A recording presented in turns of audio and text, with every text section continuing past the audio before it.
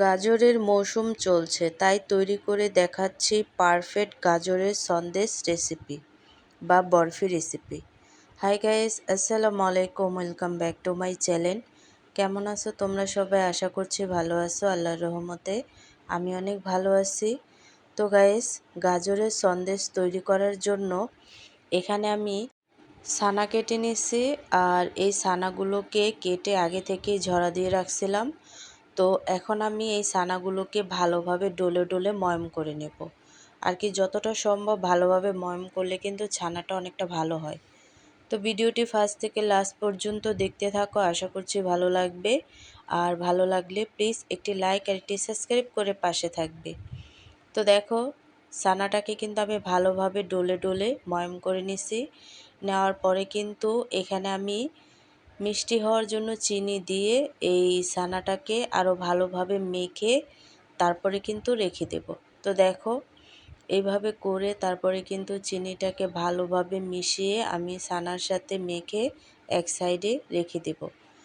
আর এখানে আমি নিয়ে নিছি গাজর, আর যেহেতু গাজর দিয়েই কিন্তু রেসিপিটা তৈরি করব, তারপরে কিন্তু গাজরটাকে আমি গ্রেট করে নেব। গ্রেট করে নেওয়ার পরে কিন্তু এখানে আমি একটা হাঁড়িতে দিয়ে দিছি বাটার, আর এই বাটারটাকে ভালোভাবে গলিয়ে নেব। আর এই বরফিটা যদি তোমরা বাটার দিয়ে তৈরি করো, টেস্টটা কিন্তু অনেকটা ভালো হবে। তো বাটারটা গলে যাওয়ার পরে কিন্তু এখানে আমি গ্রেট করে রাখা গাজরগুলোকে দিয়ে দেব। তো গাজরগুলোকে দিয়ে দেওয়ার পরে কিন্তু উল্টিয়ে পাল্টিয়ে ভালোভাবে নেড়ে চেড়ে তারপরে কিন্তু গাজরগুলোকে আমি একেবারেই সিদ্ধ করে নেব।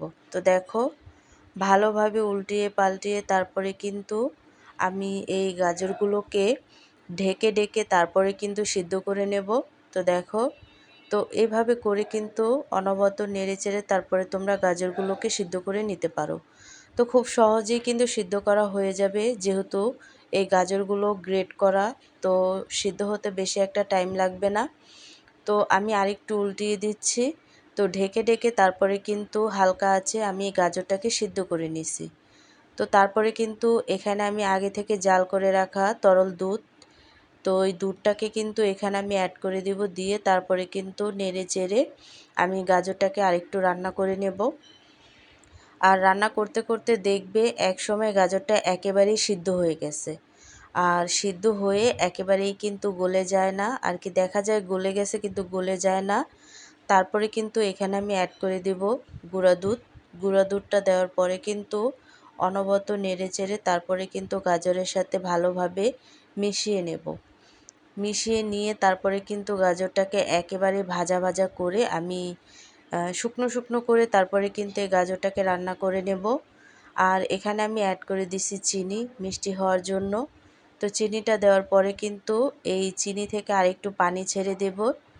তো এই সময় কিন্তু এই গাজরটাকে আরেকটু অনবরত নেড়ে চেড়ে তারপরে কিন্তু একেবারেই হালুয়া যে টাইপ করে আর কি, শুকনো শুকনো। তো দেখো, এভাবে করে তারপরে কিন্তু এই গাজরটাকে শুকনো শুকনো করতে হবে। তো তারপরে কিন্তু একটা মোল্ডে আমি ভালোভাবে ঘি মেখে নিচ্ছি, আর এই মোল্ডেই কিন্তু আমি গাজরটাকে সেট করে নেব। তোমরা যে কোনো পাত্রেই কিন্তু এই গাজরটাকে সেট করতে পারো।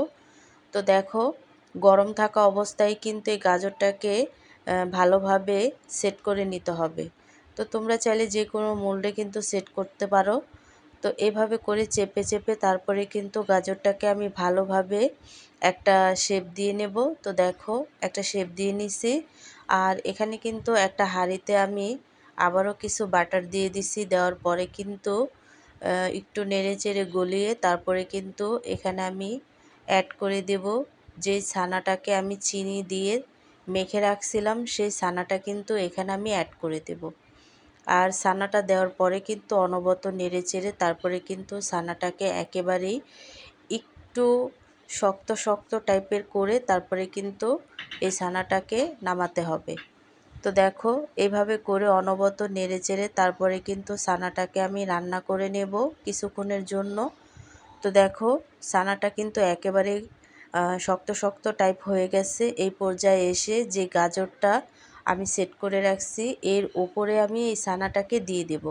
আর দেওয়ার পরে কিন্তু এই ছানাটাকে গরম গরম থাকা অবস্থায় এইভাবে করে গাজরের উপরে ভালোভাবে আর কি সেট করে নিতে হবে। তো দেখো সেট করা হয়ে গেছে। এই পর্যায়ে এসে আমি এই বরফিটাকে 5 মিনিটের জন্য নর্মাল ফ্রিজে রেখে তারপরে তোমাদেরকে পরিবেশন করে দেখাচ্ছি। তো দেখো আমি কিন্তু 5 মিনিটের জন্য নর্মাল ফ্রিজে রাখছিলাম, আর এখন আমি কেটে দেখাচ্ছি যে ছানাটা কেমন হয়েছে। তো এভাবে করে কিন্তু তোমরা এই গাজরের সিজন থাকতে থাকতে এই বরফি বলো বা মিষ্টি বলো, যেটাই বলো না কেন খেতে পারো।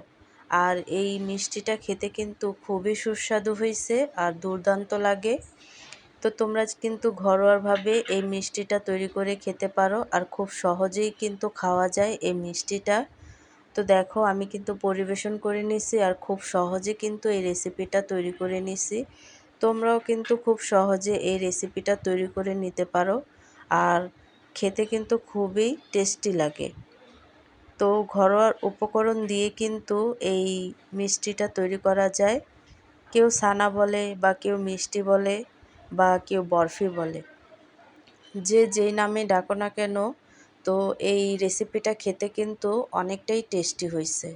তো ছোট থেকে বড় সবাই কিন্তু এই রেসিপিটা অনেকটা পছন্দ করে, যেহেতু ছানা এবং গাজর মেশানো আছে।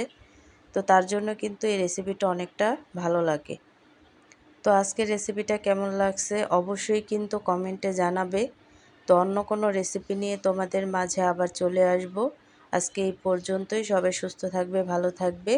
আল্লাহ হাফেজ।